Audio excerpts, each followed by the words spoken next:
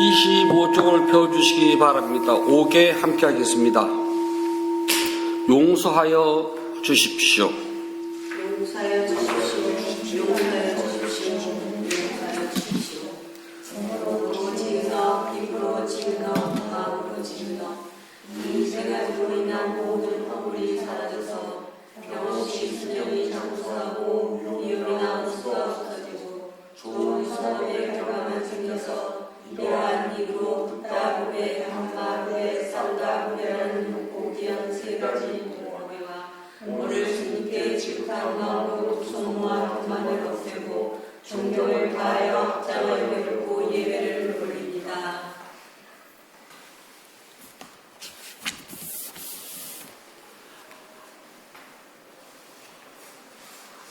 아함 파타실랑 사마디야미 파나디파타 으라마니 시카 바당 사마디야미 어딘나다나 으라마니 시카 바당 사마디야미 가메스미 짜짜라 으라마니 시카 바당 사마디야미 무사와다 웨라마니 시카 바당 사마디야미 수라 메라야 메짜 파마다타나 웨라마니 시카 바당 사마디야미.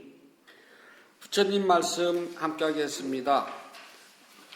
2월 14일 둘째 주 의료본문을 시작합니다. 부처님 말씀 함께 하겠습니다.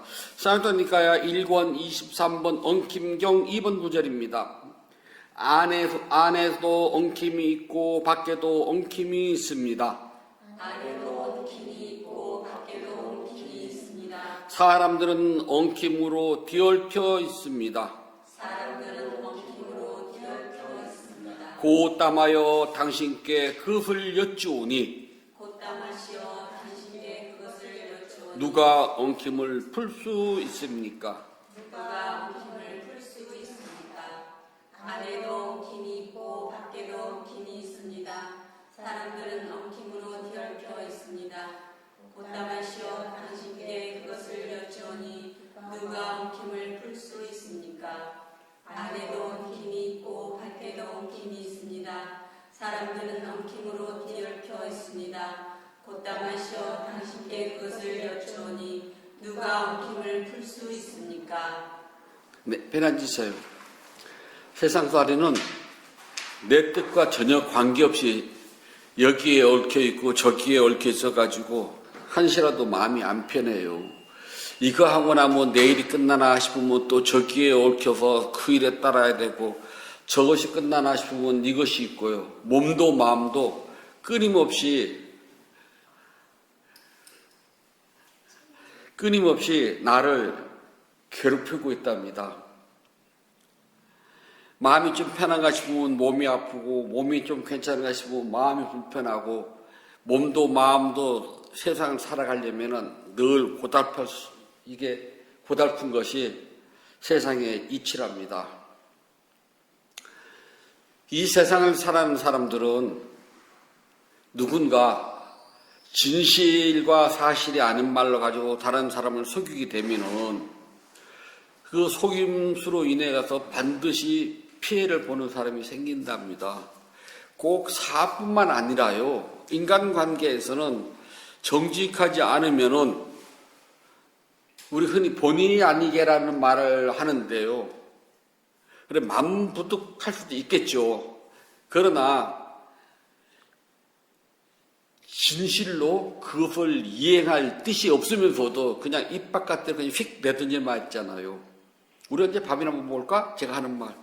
부처님은 실없는 소리 하지 말랬거든요. 할 수 있는 것만 이야기하라고 그랬어요.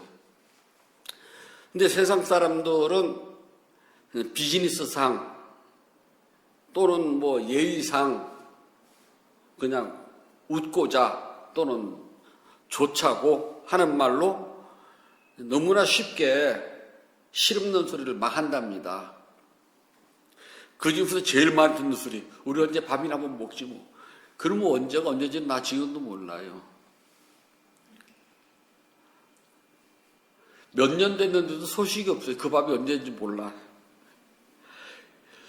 그래서 사람들은 속임수의 피해를 보지 않으려고 많이 노력을 하고 속지 않으려고 하는데, 그 속임을 속이려고 할 때 그렇게 속는 것은 이유가 있답니다. 그것은 너무나 속이는 말이 사실처럼 보이게 하고 그 말이 유효성이 있기 때문이랍니다. 언제 밥이나 한번 먹지? 우리가 죽기 전까지 밥 먹어야 돼요. 살아있는 이상은 밥을 먹으니까 언젠가 밥이나 먹지는, 그러니까 내가 살아있는 동안 밥을 먹으니까 언젠가는 밥을 먹으리라고 약속을 하는데 그 언젠가는 너하고 나하고가 틀린다는 겁니다. 나는 언젠가를 늦어도 한 일주일 내로 생각하는데 저놈은 언젠가가 몇 년 될 수가 있고 죽기 전이 될 수도 있잖아요. 그 유효성 때문에 속는답니다. 사기꾼들의 사무실을 가보면은요, 하나같이 다 외는 말로 삐까번쩍해요. 대개 사기를 치는 사람은 다른 사람에게 내가 자본이 넉넉하고 유명한 사람을 만나는 뜻으로 정치인들이라든지 권력가들, 유명인들과 찍은 사진을 쫙 걸어놔요. 그리고 사무실을 가봐도 우리가 감히 흉내낼 수가 없을 정도로 막 으리으리하게 해놔요. 유명한 맛집이나 어디를 가잖아요. 그러면은 거기에 다녀간 유명한 사람들의 사인을 쫙 붙여놓잖아요. 정말 그렇게 맛있을까라고 생각 한번 안 해보세요? 어디를 갔는데 거기 불자가 여기 아주 유명한 맛집이 있다고 그래서 갔어요. 갔더니 벽에 정말 대한민국에서 이렇다 하는 사람들이 막 사인이 쫙 붙어 있어요. 제 입에는 하나도 안 맞더라고요. 맵고 짜고 달고 그거밖에 없어요. 물론 음식 맛은 주관적입니다. 아무리 내가 맛있다고 그래도 상대가 맛은 맛 없는 거예요. 어느 식당을 갔더니 음식이 좀 그래요. 그래서 이런 거 하면은 너무 예거나 짜거나 맵다 그러면은 주인이 보고 전 괜찮은데 그러거든요. 그건 지 입장이고 손님이 내 입장에서 짜다 그러면은 물을 더 퍼주든지 아니면 다른 조치를 해줘야 되잖아요. 근데 자기가 보고 괜찮다면 난 뭐래? 그렇게 눈에 보이는 유효성, 그것 때문에 우리가 저게 거짓말인지도 알고 사기인지도 알면서도 속아넘어 간답니다. 저놈 하는 말이 꼭 사기꾼 같은데 나를 만나서 막 밥을 사주고 돈을 쓰고 하는 거 보면은 그럴 것 같지는 않거든요. 백발백중 속는답니다. 나한테 사업을 하는데 투자를 하게 되면은 내가 매달 은행 금리가 지금 별거 없으니까 내가 너한테 매달 10% 또는 20%씩 줄게. 그럼 사람들이 그 말 혹해가지고 요즘 세상이 어려운데 어떻게 그 돈을 나한테 줄 수가 있대? 그런데도 혹시나 해가지고 돈을 끌어서 투자를 하면은 처음에 몇 달은 딱딱 돈이 나와요. 꼬박 쳤거든요. 그럼 돈을 더 끌어다 넣어요. 그럼 더 많이 나오니까. 필시 망하는 거랍니다. 아니 그렇게 해서 좋을 게 있으면 지 혼자 먹지 왜 남한테 나눠준대? 저부터도 그러겠네요. 그래서 속인다는 말 안에서요. 속이는 그 자체 때문에 사람이 화가 나는 것이 아니라 네가 속였기 때문에 내 마음속에는 불만족, 현실상에서는 불만족 때문에 화가 나요. 속이는 것에 대해서요. 우리 언제 밥이나 먹지? 거기서는 내 현실 생활에서 나에 대한 피해, 불만족이 안 와요. 그렇잖아요. 언제 밥이나 먹지? 그렇다고 내 생활에 피해를 금전적, 시간적 어떤 물질 피해는 건 하나도 없거든요. 그냥 기록 온 것뿐이지. 그러나 실질적으로 나에게 금전적으로 또는 물질적으로 시간적으로 모든 것이 피해가 나면은 불만족이 생긴답니다. 그때 화가 나는 거예요.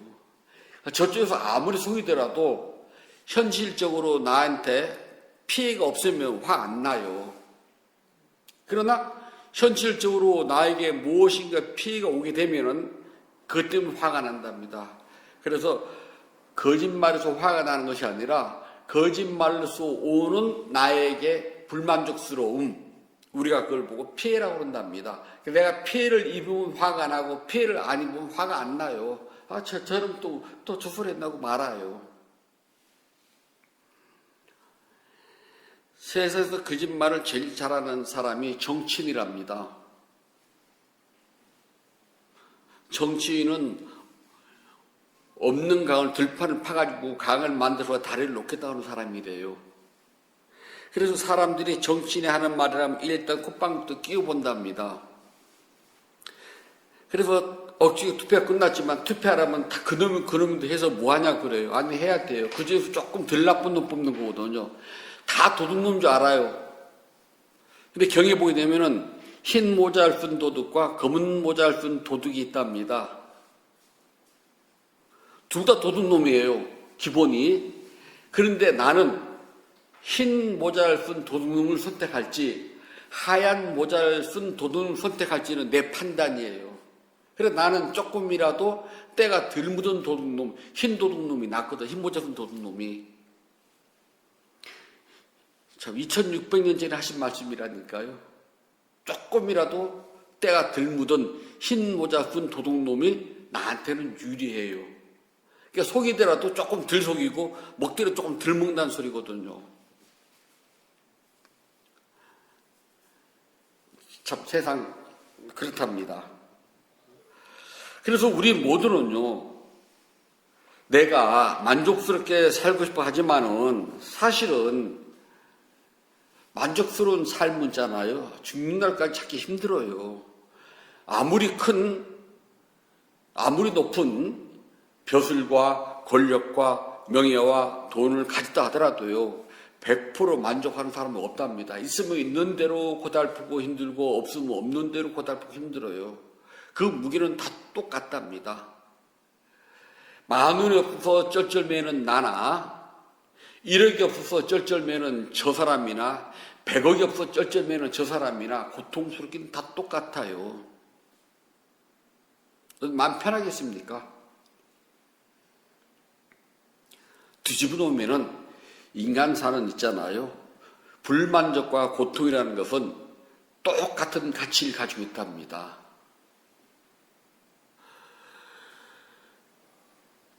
깡보리밥을 먹고 배가 부르나요? 쌀밥을 먹고 배가 부르나? 정말 산에 진미를 먹고 배가 부르나? 배가 부르고 나면은 그 다음 아무것도 안 쳐다봐요. 또 먹는 사람 없거든요.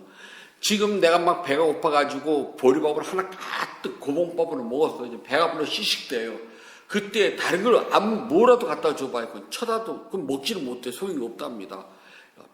배가 고플 때가 문제지 부르고 나면은 소용이 없답니다. 그래서 인간들은 영원히 배가 고프거든요. 그래서 불만족은 끝이 않았답니다. 그래서 모두 다 진실을 찾자고 하지만은 눈에 띄는 진실이 어떤 결실이 없으면은요, 진실이 소용없어요. 배가 부를 때, 보리밥도 배부르냐고 알지. 결실이 없으면은 보리밥을 먹어도 배가 부를까? 쌀밥 먹어야지 배가 부를까? 고민만 할 뿐이지 아무 소용이 없어요. 그러니까 결실이 나와야 돼. 보리밥 먹어도 배가 부르네. 가을이 되면은 저희가 어렸을 때는 큰 쇠망치, 외는 말로 그 한마라고 그러는 걸 들고 있잖아요. 산에 올라가서 도토리를 그냥 흔들면 안 떨어지거든요.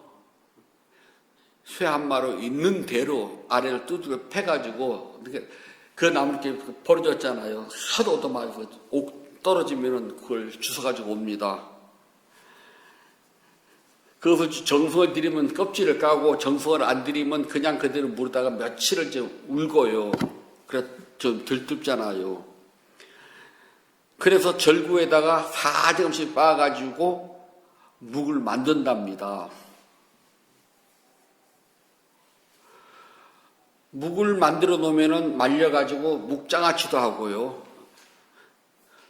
천하의 맛대가리가 없는 것이 묵장아찌거든요. 진짜 묵 자체 아무 맛도 없잖아요. 묵 무침은 양념 맛으로 먹지 묵 자체 맛이 있어요? 그러면 이제 가을에 해놨던 그 묵가루를 잘 보관해놨다가 봄에 정말 요때 제일 배고플 때잖아요. 그러면은 묵밥을 한답니다. 이게 길쭉길쭉 쓰는 건 채묵이고 넓적넓적은 골패묵이라고 그러잖아요. 골패묵 하기도 하고 채묵도 해가지고 젖집 양념 해봤자 그게 산초입전 넣고 뭐 간장 뿌리고 참기름 참기는 언감생심이고요. 그렇게 해서 묵 한 대접에 밥 한 숟가락. 그러니까 밥은 형식으로 들어갔는데 그래도 밥이 들어갔기 때문에 묵밥이라고 그래요. 근데 그 묵도 많이 먹으면 배가 부른데 그것도 배부르게 참 먹기가 그렇거든요. 근데 일단 배가 불러요. 배가 부르면은 무엇을 먹든지 결실이 보이잖아요. 그건 진실입니다. 묵밥도 먹으면 배가 부르다. 우리는 무언가 이렇게 결실이라고 하는 것이 드러날 때 진실로 믿지, 결실이 없으면은 진실을 믿기 힘들어요. 기도를 하면은 내가 소원 성취를 한다. 좋아요. 결실이 얻어져야 된답니다. 기도를 하면은 무병장수해. 그래서 보면 기도를 옛날 많이 했답니다. 기억하세요. 부처님도 아프셨답니다. 우리 경 읽잖아요. 부처님도 아프셔가지고 보장 가서 읽어달라고 그러잖아요. 그런데 병 오길 바란다면 기도를 할 일이 아니라 운동을 하고 영양식을 먹고 제때제때 병원을 잘 다녀서 검진을 받고 하는 것이지, 기도해가지고 그러면 병원 갈 일이 뭐가, 의사도 다 굶어 죽게? 눈에 보이는 결실 바로 그런 게 아니랍니다. 그런데 우리는 기복을 하다 보니까 그런 걸로 착각을 해요. 그것이 그 종교의 본질인 줄 알아요. 그래서 한국의 종교는요, 우리뿐만 아니라 다른 종교들까지 보면 거의 무당화 또는 기복화로 흘러갔어요.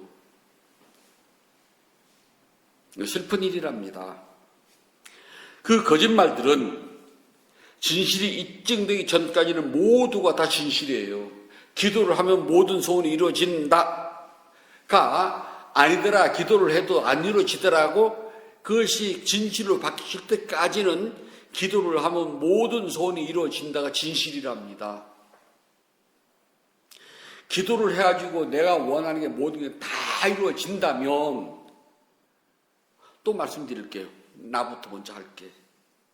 그래서 기도를 죽으라고 했는데도 내가 그 기도의 효용이 어디까지 하는 거죠? 언제까지 해야지만 소원이 이루어진다는 말이 없잖아요. 그러면 뭐라고? 죽는 날까지 해라. 죽은 다음에 그 소원이 이루어지는데 뭐해요?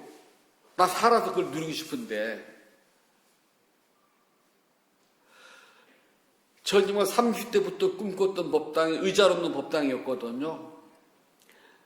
그럴 때 어른 스님들이 열심히 기도하면 그 소원이 이루어진다. 마음속으로는요, 안학공이다. 그게 언제까지? 저 지금 70이 넘었잖아요. 제 앞으로 산다면 얼마 더 살겠어요. 그것이 제가 숨 떨어지기 전날 돼봤자 그 보지도 못하는데 전 그 유효기간이 언제까지냐는 거죠. 그래서 우리는 거짓말이라는 것이, 이게 거짓이 하는 진실이 드러나는 순간까지인데 그게 언제까지냐는 거죠.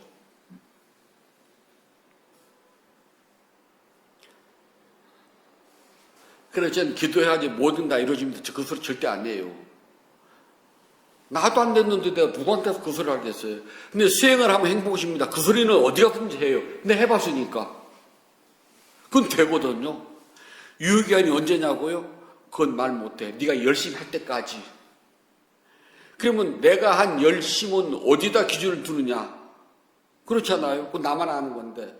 그래서 요즘 이제 매일 아침 올리는 법문이 그거잖아요. 정해진 시간과 스승이 지시한 것을 철저히 지키는 것을 일단 기본이에요. 그래서 예전에 저희가 어렸을 때는 어른 스님들이 터무니없는 걸 시킨답니다. 그걸 보면서 저 안에서 예수님하고 토달지 않고 핑계 없이 바로 하느냐, 거기서 그 사람에 대한 신심과 원력과 부지런함과 근기를 평가를 해요. 비 오는 날 마당 안 쓸어보셨잖아요. 저희는 비 오는 날 마당 쓸었다니까요. 저 마당 좀 쓸어라야 저 비가 오는데 이렇게 낙엽이 있어도 되겠냐? 예수님. 쓰는데 먼지 안 나게 쓸어라. 비 오는 다행히 먼지 안 나잖아요. 예수님. 야 이놈아, 쌀이기로 하다 보면 비가 오니까 패이거든요. 그거 이놈아 자꾸 패이면 나중에 다 메워되잖아. 안 패이도 못 쓰니? 예수님. 그냥 낙엽만 살짝 뜨는 겁니다. 그런데 비가 오면 바람이 불어요. 하루 종일 쓸어도 그 낙엽은 하루 종일 떨어집니다. 그래 어렸을 때는 일부러 가을 되면 나무 올라가서 막 남은 낙엽 땄다니까요. 떨어지지 말으라고. 그래도 소용없어요. 저쪽 나무에서는 안 날라오나? 산인데요. 그래서 모든 거짓말은 진실이 나타날 때까지는 그 유효성이 있답니다. 근데 어른스님들은 일찌감치 그 저 녀석이 제대로 할지 안 할지 그 유효성을 시험을 봐요. 그래서 당신 눈에 쏙 들면 그때부터 안 시킨답니다. 당신들 왜 모르고 비 오는 날 마당 쓸어봤자 소용없고 비 오는 날 아무리 쓴다들 뭔지 알겠습니까? 그리고 비 오는 날 그 몽당 쌀이를 마당을 쓰는데 어찌 안 패이겠어요? 패이지. 그래서 어른에 대한 우리 향심이라고 그래. 한결같은 마음. 그 다음에 믿고 따르는 원력, 신심, 그것을 판단하는 기준이랍니다. 요즘 그랬다면 아마 저기 청량리나 왔다 갔다 늘 거예요. 우리 스님 치매 걸렸다고. 그래서 그 진실이 드러나야지만이 거짓이 묻히는데 참 시간이 오래되면요. 거짓이 참이 되고 드러난 진실을 사람들이 안 믿어요. 우리나라 언론들이 이 거짓 뉴스를 엄청나게 많이 한답니다. 미국에서는요, 언론사, 방송, 신문 그런 데서 거짓으로 그걸 내잖아요. 그러면은 징벌적 보상이라고 우리가 배상이라고 그래가지고 그 회사 망합니다. 우리처럼 뭐 벌금 100만 원, 200만 원이 아니라 몇십억 단위예요. 그냥 쫄딱 망한. 그래서 감히 확인되지 않는 것은 그냥 기자가 깜냥대로 막 있을 수가 없습니다. 이번 선거판에 저 우리나라 메이저 언론이라 하는 데서 거짓 뉴스 엄청나게 쏴졌겠잖아요. 그리고 나중에 사실이 드러나도 이런 방법 말도 없잖아요. 저는 국회의원들이 그쪽 꼭 해주기를 바라는데 안 하네 얘네들이 지네들끼리 다 하면서도. 그래서 거짓말에 오래 노출되어 있으면 진실이 드러나도 진실을 사람들이 믿질 않아요. 그동안 믿어왔던 거짓말을 믿고 따른답니다. 당연한 줄 알고요. 그래서 부처님께서는 내 가르침을 이것이 길이요 진리요 생명이라 말씀하시지 않아요. 너희들이 스스로 조사하고 확인해라. 다른 스승들의 가르침, 전통적으로 전해 내려왔던 가르침들을 내 가르침과 비교해보고 검토해보고 조사해보고 확인되었으면 그때 내 믿음을 믿고 따르라. 부처님 정말 자신만만했던 분입니다. 무조건 다른 데를 가지도 마. 다른 건 쳐다보지 마. 오직 나만 믿어. 그러니까 내 말이 길이요 진리요 생명이라는 말씀을 한마디도 하시지 않았습니다. 다른 스승들의 가르침도 존중하고 그들의 가르침과 나의 가르침을 비교하고 판단하고 조사하고 분석한 다음 확인됐으면 그때 믿어라. 그래서 부처님의 가르침 불교는 조사와 확인이 됩니다. 신심 안에는요 반드시 들어가 있는 말이 조사와 확인이랍니다. 조사와 확인이 없으면 우리는 신심이라는 말을 쓰질 않아요. 내가 실제로 부처님 말씀을 조사해보고 내가 몸과 마음으로 체험을 해서 확인을 했더니 딱 맞아. 다른 어떤 믿음과 어떤 가르침과 어떤 스승의 말과 내가 비교해보고 분석해봤더니 부처님 말씀밖에 없어. 철저한 확인이 들어간답니다. 그래서 신의 말이라서 100% 믿고 따르질 않아요. 우리는 일단 경전에 의해서 내가 조사하고 확인해 봤더니 스님께서 하시는 법문이 경전의 말씀과 부처님 말씀과 딱 맞아요. 아니면은 지금 하시는 법문은 당신의 신세 타령이고 당신이 지나온 정말 그런 것들이지, 이거 뭐 개구도 아니고 말이에요. 코미디도 아니고 박수치고, 그 법문 들으면서 박수친다는 말은 잘 이해가 안 돼요. 보게 되면은 부처님 말씀이 아니라 다른 엉뚱한 이야기를 많이 하잖아요. 그게 아니라 법문은 부처님 말씀을 재확인하고 그리고 분석해주고 내가 바르게 그 길로 갈 수 있도록 확인하는 방법을 가르쳐 주는 시간이 법문이거든요. 그래서 부처님께서는 내 가르침을 진실인지 거짓인지 알려면은 꿰뚫어 보는 지혜가 필요하다. 꿰뚫어 보는 지혜가 없으면 내 가르침뿐만 아니라 전래해온 가르침들 또는 이 세상의 스승이라고 하는 많은 사람들의 가르침을 그것을 듣고 참인지 거짓인지 알 수가 없다고 하셨거든요. 그래서 불자들에게 강조되는 건 꿰뚫어 보는 지혜, 우리가 통찰지라고 한답니다. 통찰지가 없으면, 꿰뚫어 보는 지혜가 없으면 참과 거짓을 분별할 수가 없답니다. 부처님은 세 가지를 말씀해 주셨답니다.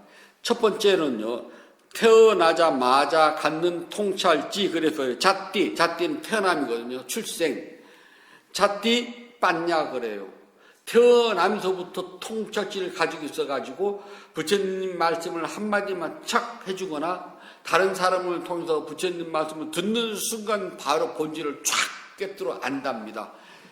그런 사람은 과거 수없는 윤회생 속에서 엄청나게 많은 공덕을 짓고 해가지고 금생에 그런 아주 특별한 지혜를 얻는 사람 아주 드물답니다. 경에 보게 되면은 많은 불자들이 또는 많은 비구들이 부처님 법문을 듣는 즉시에 깨달음 성취했다는 사람이 많이 나와요. 바로 그 경우를 합니다. 그런 거 하게 되면은 부처님께서 직접 잘 왔노라 비구여 라는 말 한마디만 하면 머리카락이 저절로 잘려지고 옷이 바뀌어서 가사가 입혀지고 손에는 바루가 들고 오늘 출가했지만 마치 40년 50년 수행한 장로의 모습으로 바뀌고 바로 부처님 말씀을 듣자마자 바로 탁 깨닫게 된답니다. 그런 공덕은 과거 윤회생 속에 언젠가는 스님들에게 세트, 우리가 아따바리까라고 그래요. 세 벌의 가사, 허리띠, 신발, 바루, 우산, 바늘실, 그 다음에 머리 깎는 칼, 숫돌, 그 다음에 약 해가지고 한 세트를 통째로 통째로 공양한 공덕이 있으면은요, 그런 걸 얻는답니다. 그래서 남방 불자들은 아주 경사스러운 일이라든지 또는 슬픈 일이라든지 내 몸과 마음에 대해 가지고 뭔가 위안을 받고 싶다 그럴 때는 스님들한테 아따바리까를 공양을 해. 한 세트를요. 저기 가사 파는 가게 가보셨어요? 미얀마 가셔가지고? 그런 데 가보셔야 되는데 스님이 관광을 안내 잘 못하셔서 그래. 가보면은요, 그 장바구니가 있거든요. 플라스틱 장바구니. 저희가 갈 때는요, 거기에다가 신발, 슬리퍼 있잖아요. 신발, 그리고 가사, 바루, 그 다음에 허리띠, 바늘실, 머리 깎는 칼, 그 다음에 숫돌, 비구 팔물이라고 해요. 스님이 가져다 8가지 기본 물건. 그리고 우산까지 세트로 팍 찔러가지고 파는 게 있어요. 그걸 공양하거든요. 그래서 스님들도 자기가 좋아하는 어르신들, 존경하는 어르신들한테 그 아따바리까를 공양을 해요. 그런 큰 원을 품고 윤회생 속에서 언젠가는 내가 부처님 계실 때 태어나가지고 직접 부처님 말씀을 내기로 직접 듣고 그 자리에서 도와 과를 깨닫기를 바란다는 그 고귀한 마음이 들어가 있답니다. 그런 것이 되어 있을 때 금생이 태어나면은 이 자띠빤냐, 태어나면서부터 특별한 지혜, 통찰지를 가지고 태어나서요, 부처님 말씀을 듣는 즉시 딱 깨달아요. 사리불존자는 왕사성에서 탁발 나온 아싸지 존자를 만납니다. 한문으로는 마승이라고 그래요. 최초의 5명의 제자 가운데 제일 꽤 깨달음을 얻어요. 이 아싸지 존자가 탁발하는 모습을 보고 너무나 고귀하게 보이는 거예요. 말 한마디 없고 눈동자를 돌리지도 않고 아주 천천히 정말 수행자의 걸음걸이로 동양을 해가지고 나무 아래 그늘에서 정말 격실히 밥을 먹는 걸 보고 저 사람 스승은 누굴까? 저 사람은 스승에게 어떤 가르침을 받았을까? 저 사람은 어떤 깨달음을 궁금해요. 그래서 밥을 먹을 때 물어보면 실례겠구나 싶어서 밥을 다 먹길 기다립니다. 그래서 밥을 다 먹자마자 웃습니다. 당신은 누구이고 당신의 스승은 누구이며 당신은 어떤 가르침을 받았습니까? 나는 아싸지라고 하고 나의 스승은 붓다이십니다. 세상에 부처님 나오셨네. 스승에게는 어떤 가르침을 받았습니까? 나는 출가한 지가 얼마 안 됐고 배움이 얕아가지고 아직까지 많은 가르침을 받지를 못했습니다. 하지만 내가 스승에게 배운 것은 한마디는 알려주시겠습니다. 듣고 싶습니다. 조건으로 모든 것은 조건으로 형성되고 조건이 닿으면 반드시 사라집니다. 전 그렇게 배웠습니다. 그 말을 딱 듣는 순간 사리불존자는 수다원의 도와 가를 딱 깨닫는답니다. 그 짧은 한 구절. 존재하는 모든 것은 조건으로 생성되었고 조건으로 생성된 것들은 반드시 소멸합니다. 우리는 골천번이 뭐예요? 뼛속에 아래 새길 정도로 듣고 보고 했던 거 있잖아요. 그런데도 우리는 못 깨닫거든요. 우리는 바로 여기 있는 이 자띠빠냐가 없다는 소리예요. 이 자띠빠냐는 금생에 수없는 선업의 공동을 지어야지만이 이게 생긴답니다. 두 번째는 윗바사나 통찰지, 그래서 윗바사나 빠냐라고 그래요. 이거는 법을 볼 줄 알아야 생긴답니다. 일어나고 사라지는 것이 꼭 하지 않아도 꽃이 피고 꽃이 지는 걸 보고, 부처님 당시 때에 제자들은 안근을 맞추고 나면 꼭 스승 부처님을 찾아뵙고 문안 인사를 드리고 공부한 것을 이야기하고 또 부처님으로부터 점검받는 것이 있었거든요. 그때 사리불존자의 제자가 한 사람 있었는데 그 사람은 왕사성에서 금속 세공인, 다시 말해서 금은방 일을 했던 사람이에요. 출가를 했는데 석 달 내내 공부를 했어요. 부처님이나 스승 사리불존자는 석 달만 하면 깨달아 그렇게 말씀하셨는데 자기는 석 달을 쭉 해도 안 되거든요. 그리고 해제를 하는 날 부처님을 뵈러 가면서 나는 공부에 복이 없는가 보구나. 그냥 다시 환족해서 금은방 일이나 하면서 복이나 열심히 줘야지. 그 마음을 먹고 부처님을 찾아갔습니다. 근데 부처님은 꿰뚫어 보는 지혜가 있잖아요. 부처님은 천안통이 있어요. 그냥 눈앞에 있지 않아도 다 볼 수 있는 힘이 있거든요. 그리고 저 사람의 마음을 꿰뚫어 보는 다심통도 있어요.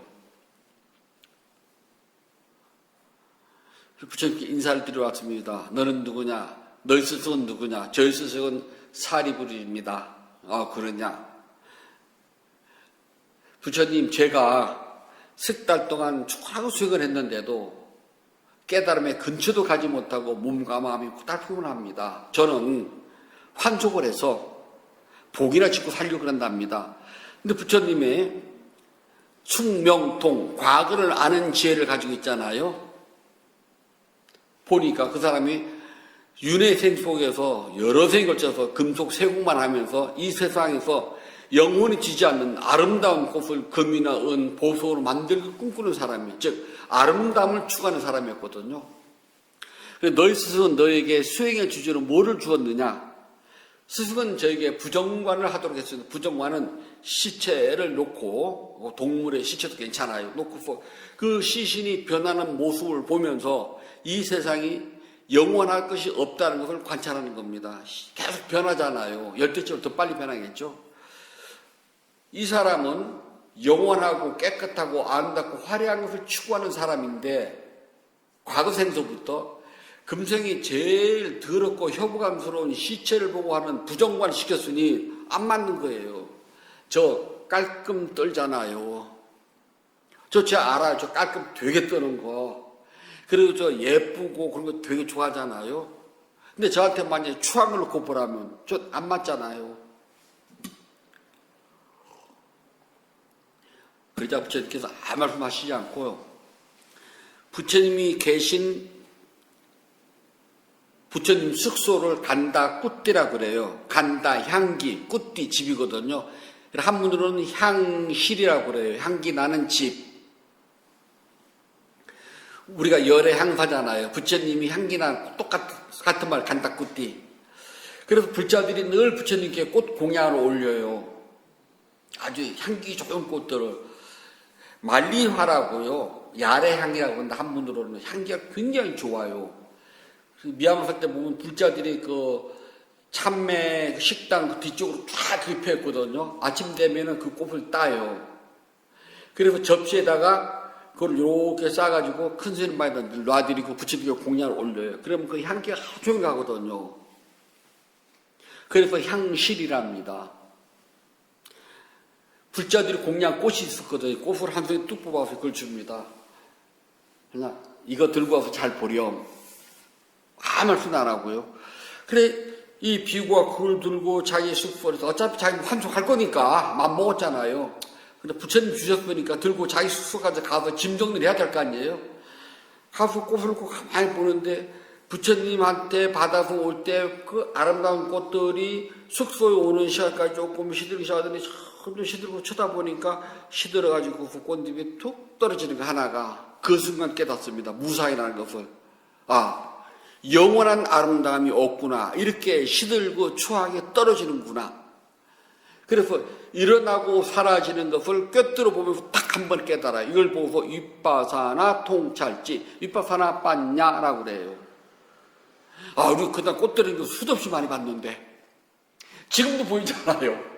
그런데도 이렇게 막 꽃이 나무 하나 가득 펴서 꽃잎이 눈속처럼 휘달리는데도 나는 거기서 저기 무사히구나 하고 우리는 못 느끼잖아요. 그러니까 나는 윗바사나 통찰지도 참 드물어요. 이것은 열심히 수행하면 생긴답니다.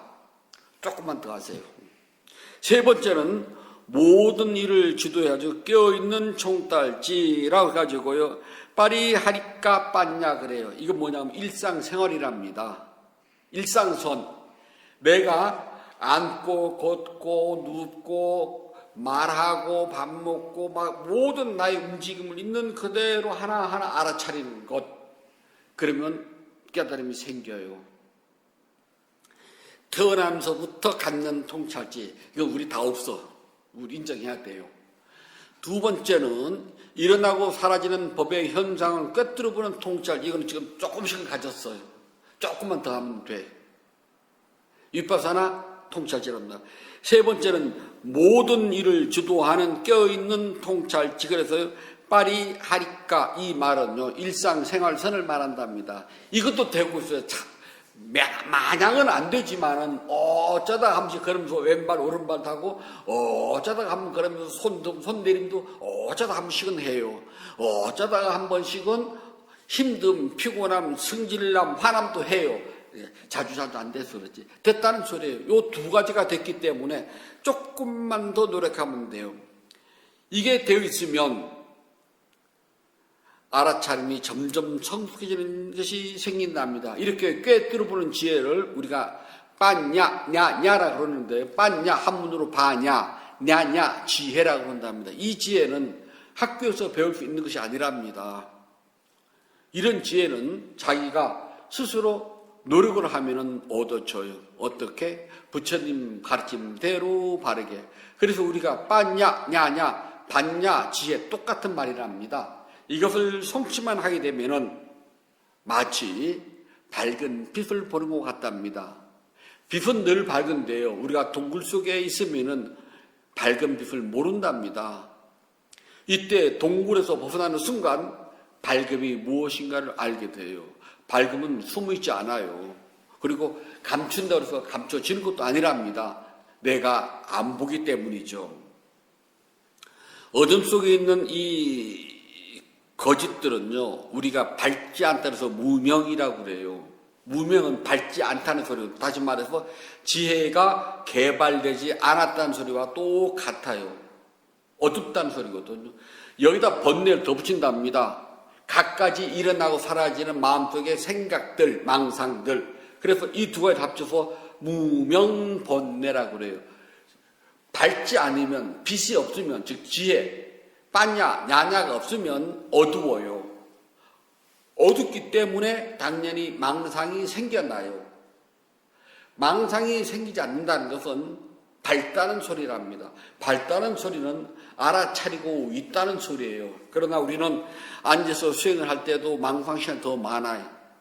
깨어있는 시간보다는 망상 시간이 더 많다는 겁니다. 망상이 많다는 말은 다른 말로 아직 내 마음이 어둡지 않았다는 소리예요. 다시 말해서 아직도 동굴 속에 내가 들어가 있다는 소리예요. 그러나 가끔씩은 한 번씩 빛을 멀리서라도 본답니다. 저기 빛이 있네라고요. 그러나 금방 또 동굴의 안을 쳐다봐요. 그러다가 아까 본 빛이 좀 신기하게 또 눈을 돌리면 자꾸 또 빛이 또 보여요. 그래서 조금씩 나간답니다. 그러다 보면 어느 날 동굴에서 완전히 벗어날 수가 있어요. 우리 조금만 더 노력하면 된답니다. 노력을 위해서는 진저리 치고 넌덜머리 내고 몸서리 칠 때 가능하지, 진절머리 내지 않고 몸서리 치지 않으면은요 벗어나기 힘들어요. 왜냐하면 세상은 그럭저럭 살만하거든요. 그럭저럭 살만한데 떠내려가면은 다음 생에 또 와야 돼요. 뭘 올지 모른답니다. 금생은 다행히 사람 몸으로 왔지만 다음 생에 또 사람 몸으로 온다는 보장 아무도 못 해준답니다. 이 세상의 생명체는요 사람보다 우리가 흔히 말하는 중생들이 더 많아요. 우리도 중생이 좋게 했지만 그래도 우리 중생 아닌 줄 알거든요. 우리 중생이랍니다. 생명 가진 모든 존재들 가운데서 난 다행히 사람으로 태어난 것 뿐이에요. 사람으로 태어나서 좋은 점, 지혜가 있어가지고요. 이런 말을 듣게 되면 한 번쯤 마음을 내볼 수 있답니다. 그래, 나도 수행해볼까? 라고요. 그래서 여기서부터 완전히 벗어날 수가 있답니다. 욕망은 순간 달콤해요. 순간 달콤한 욕망이 따라가면은 깨달음과는 거리가 점점 멀어진답니다.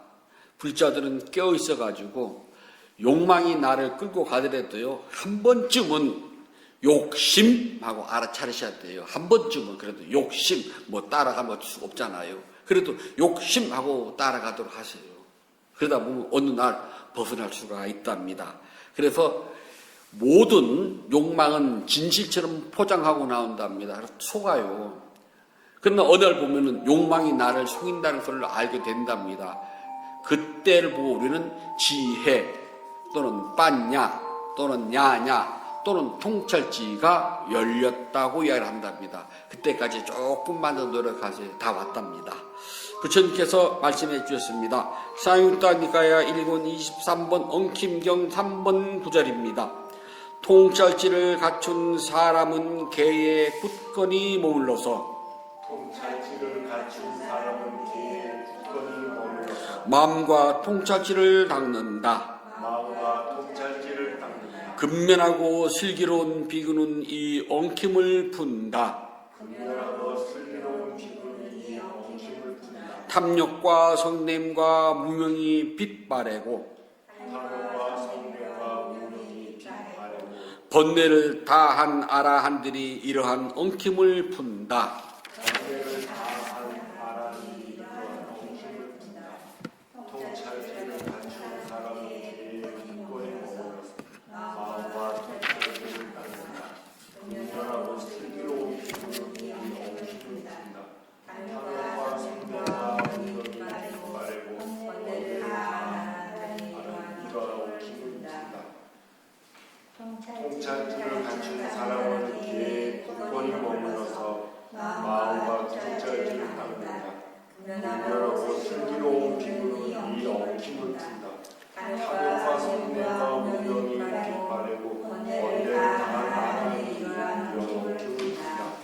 둘째 주 일요 본문을 마치도록 하겠습니다. 법회 서원 함께 하겠습니다. 272쪽을 펴주시기 바랍니다.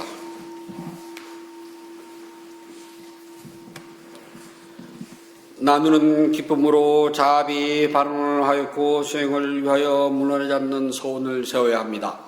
오늘의 수행이 계속 이어지길 서원하노니 제가 해탈하면 곧바로 깨달음에 이르러서 허무한 사바 세계의 모든 욕망과 집착이 끊어지이다. 제가 만약 다시 태어나 살아는 동안 모든 악업을 없애고 바른 마음, 깊은 생각, 참다운 지혜와 청정한 노력이 충만하여지이다. 단마의 위없는 힘과 제 노력과 실천 수하는 힘으로 어떤 마장도 제 가까우지 않길 기원합니다. 붓다와 덕 높은 스승님 그리고 성스러운 쌍가의 힘으로 저의 마지막 탄생일지라도 마장이 절대로 접근하지 않길 기원하나이다. 모든 선업 공덕을 고르게 나누어 가시소서. 사두 사두 사두. 모든 선업 공덕을 고르게 나누어 가시소서. 사두 사두 사두. 모든 선업 공덕을 고르게 나누어 가시소서. 사두 사두 사두. 4월 14일 둘째 주 일요 법회를 마치도록 하겠습니다. 모두 행복하세요.